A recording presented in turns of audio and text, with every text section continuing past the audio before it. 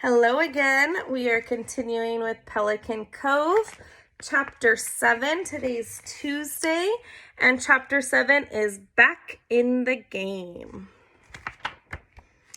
That night, Blackie slept inside for the first time. He laid beside Jimmy's bed. Before Jimmy went to sleep, he leaned over to pat Blackie's head. "Nobody's going to get you, Blackie," he said. "Don't you worry." The dog licked Jimmy's hand. Then he curled up on the rug and gave a gusty sigh. In a few minutes, they were both asleep, Jimmy's hand still touching the dog. When dawn came, the dog yawned. He stood up and stretched, then he padded out of the room and down the stairs. Jimmy awoke later. He turned over to look for Blackie, but the dog was gone. Jimmy tossed back the covers and hurried downstairs. Granny was in the kitchen. "Blackie's gone," Jimmy said, nearing tears. "Land's sake, son," Granny said. She comforted the boy. "He's used to getting up early in the morning, and I let him out myself." Jimmy opened the back door, and he saw Blackie streaking across the lawn after a squirrel. The dog chased the squirrel up a tree. Then he sat at the foot of the tree. The squirrel chattered back at him from a safe distance. "Blackie will be watching that tree for an hour," Granny said. "Plenty of time for you to eat your breakfast." "Why does he chase squirrels?" Jimmy said. "There's no cats around here," Granny replied. "The poor animal has to do something for exercise when you aren't here." Jimmy grinned. "I'm sure glad you have Blackie. Elizabeth Ann helps you, Paul helps Hiram, and I take care of Blackie." "That you do, son," Granny said. She wiped her hands on her apron. "Now let's go get those sleepyheads out of bed." By the time everyone had dressed and appeared for breakfast, Granny was ready. The table was set for 5. Pancakes and eggs and bacon brought them eagerly to the table. While they were eating, they made plans for the day. "Are the diggers still out there?" Elizabeth Ann asked. "Since before dawn," Granny replied. "Still hard at it." "They're wasting time," Hiram said, chuckling. "Why?" Paul asked, and he set down his glass of milk. "They just might find it." "Nope," Hiram's eyes twinkled. "They won't. But Blackie might." "How could Blackie—" "Oh, because of what Jake said yesterday?" "Blackie found it," Jimmy agreed, "and he knows where it is." "The problem," Hiram said, "is how do we get the dog to tell us?" "We can follow him around," Elizabeth Ann said. "Sooner or later, he'll go back to the same spot." "I think Jake has the same idea." "No, it has to look like no one is following the dog."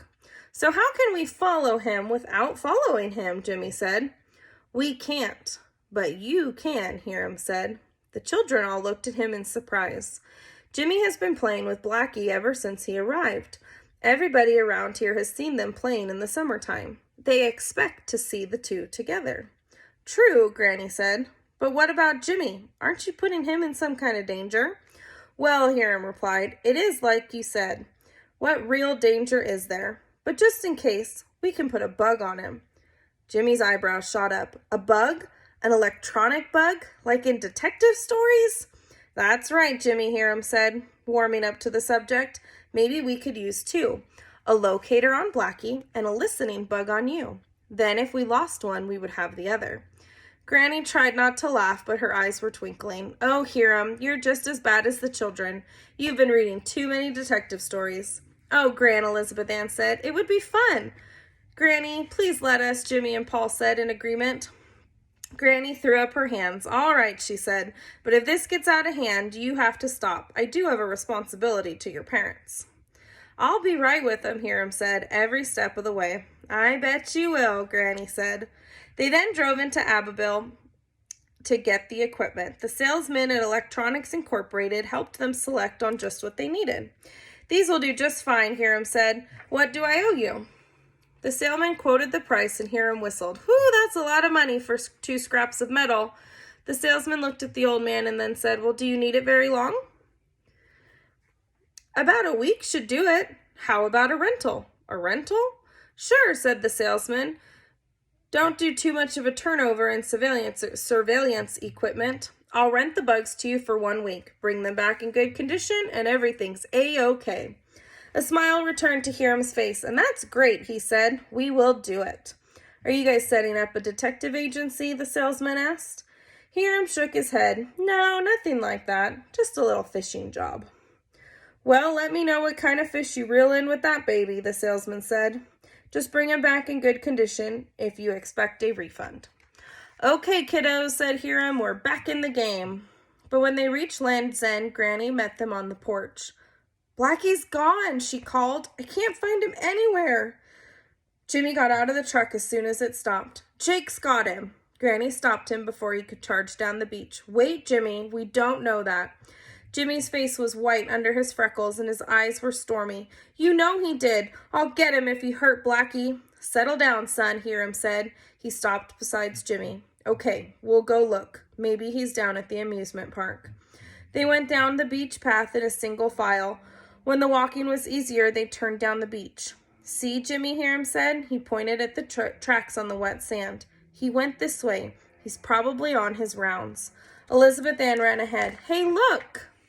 Jimmy ran to catch up with her. Near one of the holes, boot tracks merged with the paw prints. Beyond that, the paw prints walked alongside the boot tracks, and they led back to the road. Jimmy struggled up the dune. The others followed. At the top, the tracks ended. There was nothing. Nothing to the right, nothing to the left. Just nothing. "He's gone this time," Jimmy said tearfully. "Blackie's really gone." What do you think happened to Blackie? We'll find out tomorrow. But today you're going to do workbook page. This is just a song. It's called "Where Has My Little Dog Gone?"